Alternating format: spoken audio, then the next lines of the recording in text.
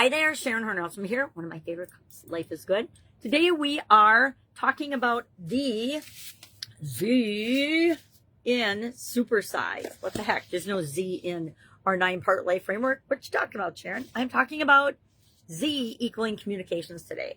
A couple of letters in Supersize, since there's 9 letters in Supersize and 9 different parts of the life framework. I was trying to help, since we're doing Supersize for both Supersizing our business here and the Supersize You annual challenge, I wanted to find a way to take that acronym and have it mean something. Usually I'll have an acronym that goes with our annual challenge theme as our process that we're going to do and learn and make our own every month throughout the challenge.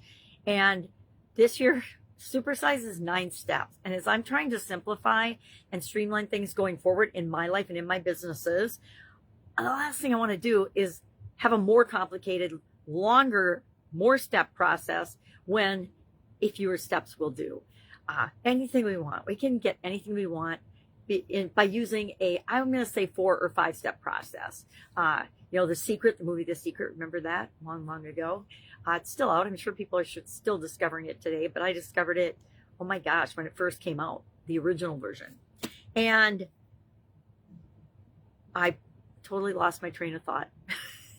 So today we're looking at and focusing on communication. I'm just going to talk about how I came up with my acronyms and why I have acronyms and why it's important. But I guess it leans into our topic in that how we communicate, what we say, how we say it, our body language, whether we believe it or not, will determine whether other people believe it or not, is critical in every area and aspect of our lives. From the time we're born, babies communicate through crying, and they cry and fuss when there's something wrong, but they don't have the language yet to communicate it.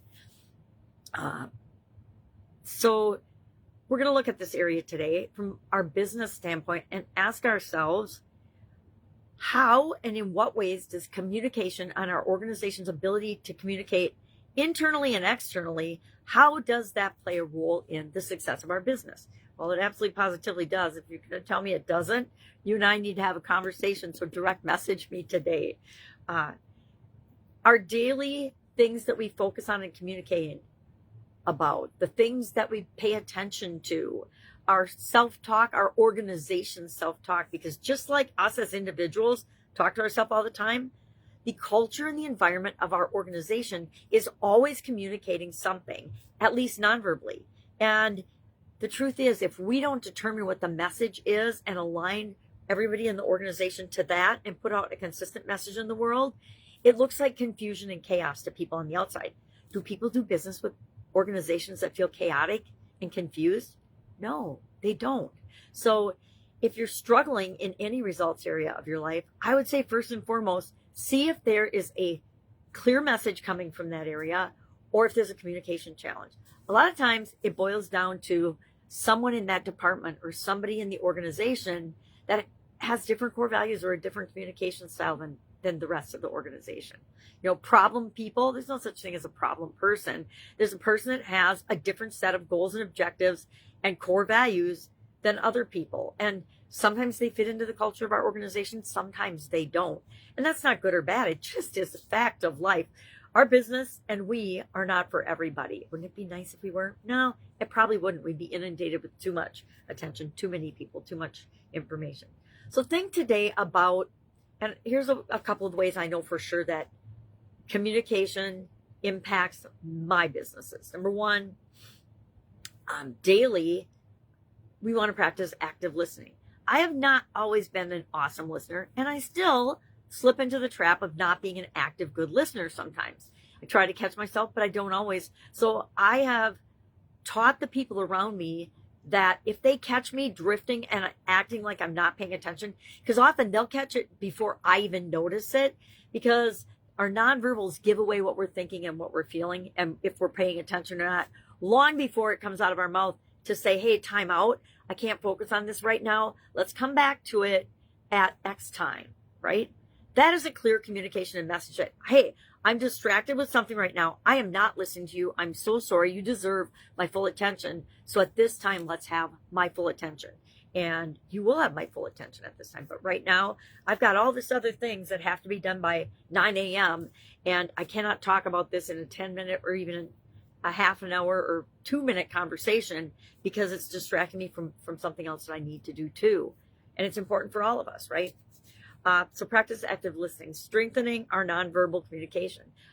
The better we get at understanding other people's nonverbals, the more cognizant we are of our own.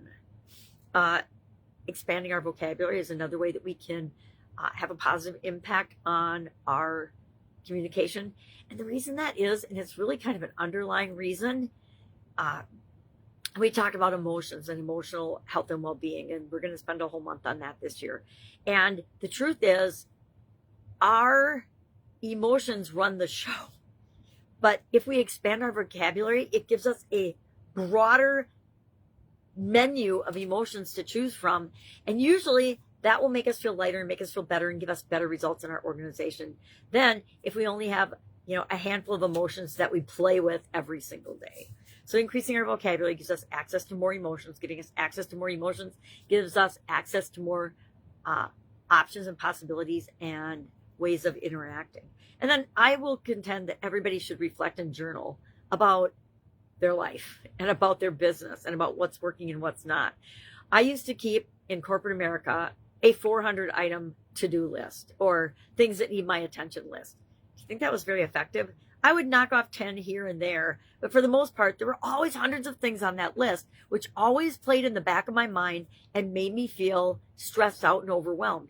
Not necessarily on the surface, but on a subconscious level, because I was always thinking, how am I ever going to get these things done? So now, instead of doing that, I reflect and journal on things as they come up because I know I'm not going to lose them. I can always go back through my journal and see what I've highlighted because I have a little system of highlighting in different colors, different items that might need my attention at any given time. And that system works for me. And with anything else, we have to find the systems and the things that work for us.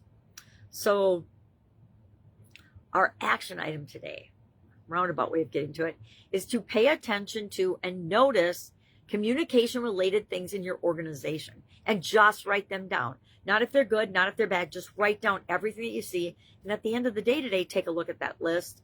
And I would say the most blaring one that's negative, eliminate that to tomorrow morning.